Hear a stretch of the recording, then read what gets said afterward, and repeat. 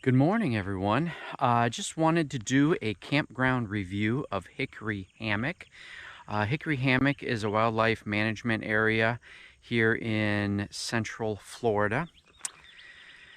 It is about 30 minutes southeast of Sebring, Florida. So I thought it might be helpful to kind of show you what the space looks like, give you an idea of whether or not you're going to be able to get in here. So first and foremost, let's start off with the fact that it's good for every size rig. So as you see back there behind me, that is the road coming in. There's about a 3.5 mile crushed gravel, crushed sand road coming in, like most of these wildlife management areas have.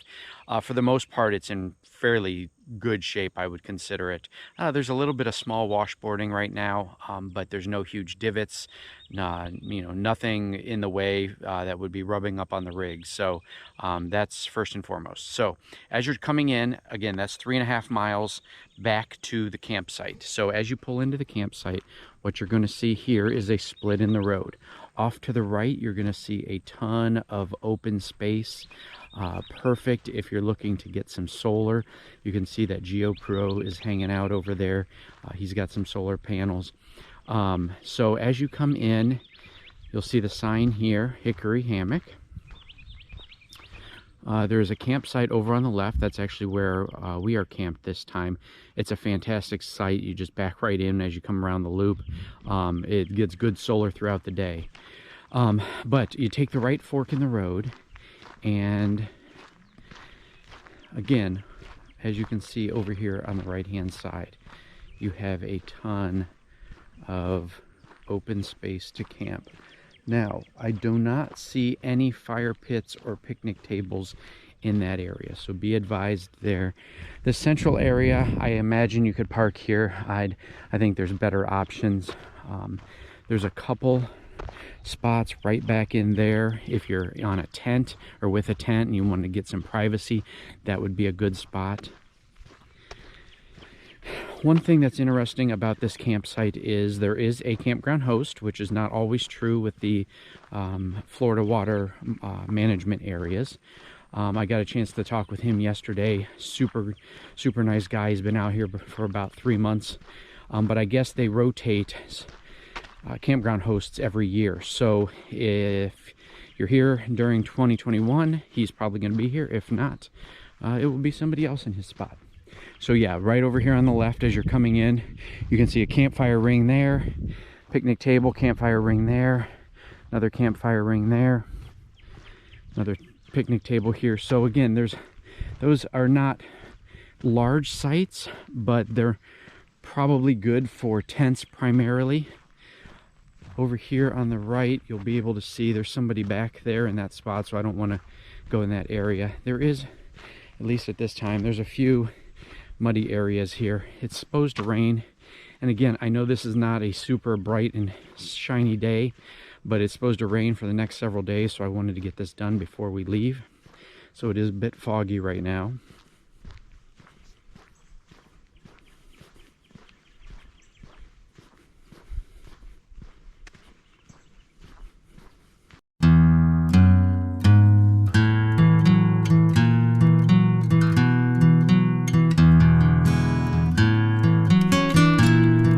We have another campsite.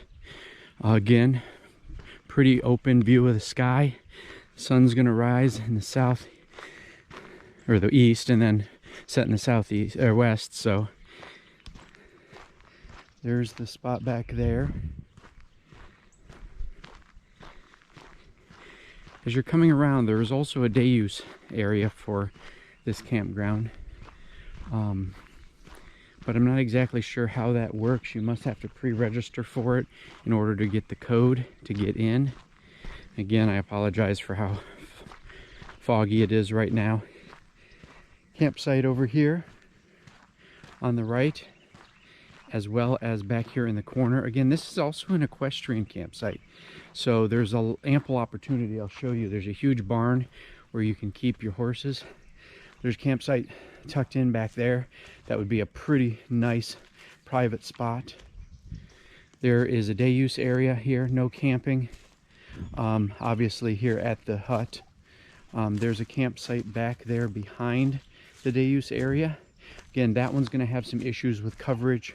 I'm sorry, as far as low-hanging branches and stuff, but I think if you've got a smaller prepper van or something like that, you can definitely get in there. Over here, you're going to see the horse barn that people you can use when they bring their horses out. Over here on the right is the initial sign. There's some non-potable water right there.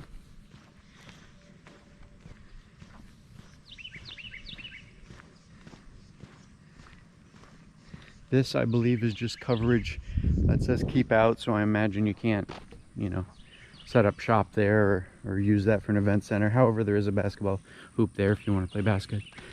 Now, when you come to this fork behind the shed, or behind the barn, you can go left there. That's the direction that we're going to go here in a minute, but that's where the campground host is located, is up that direction.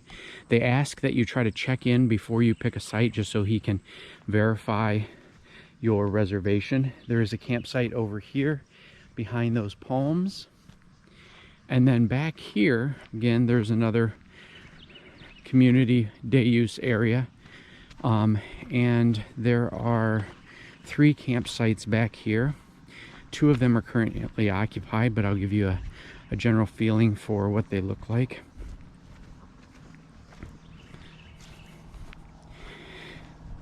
Again, if you come back here, you definitely want to maybe get out and walk the area before, so that you don't get yourself stuck back here.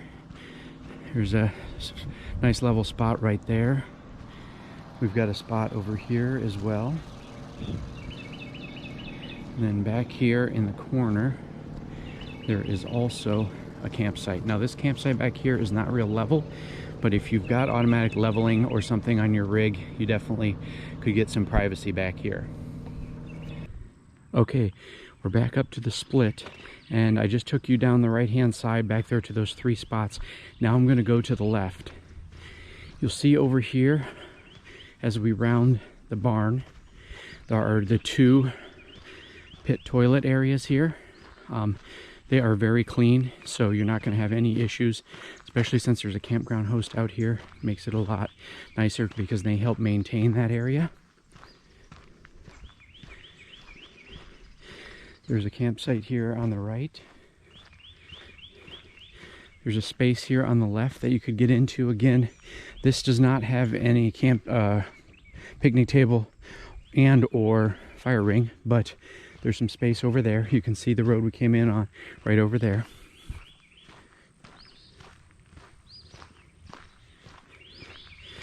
One thing I did talk to the campground host about, which he informed me is right here, right before his campground hosting spot, spigot.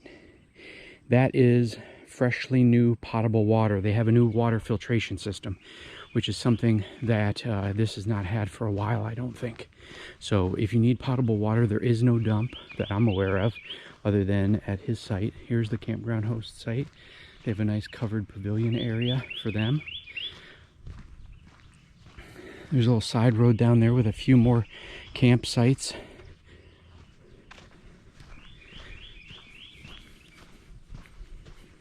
Take you down here and show you what is available.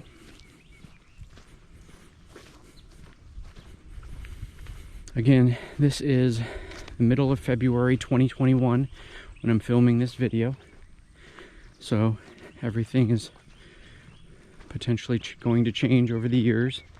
But yeah, there's a small campsite here that you could fit in with a van, and then that's the road where we came in on to go back towards the horse barn. So let me turn around and take you back up. So we're back right by the campground host, and we're going to continue to follow our way back out to where we originally started. So it's like a lollipop with a little offshoot for those 3 spots in the back. There's a small site here on the left, perfect for a tent or if you want to park a small van this direction and have privacy, again you'd be backed up to the road. But honestly, you know, this when I spoke with the campground host yesterday, he said that there were supposed to be 17 people out here and there's like 4 of us. There's a little spot back there as well, perfect for a tent. No campground or no fire ring there, but that is an option.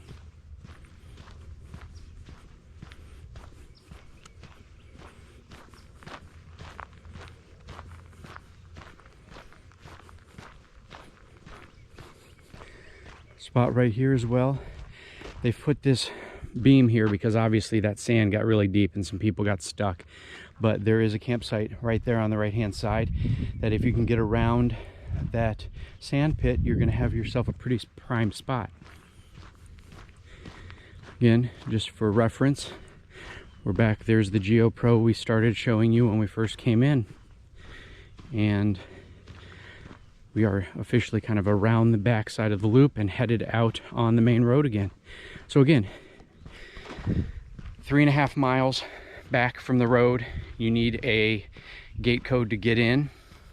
But other than that, this place is extremely beautiful, nice and quiet. Tons of opportunity for solar if that's something you need. And we hope you enjoyed this campground review. Please subscribe to our channel.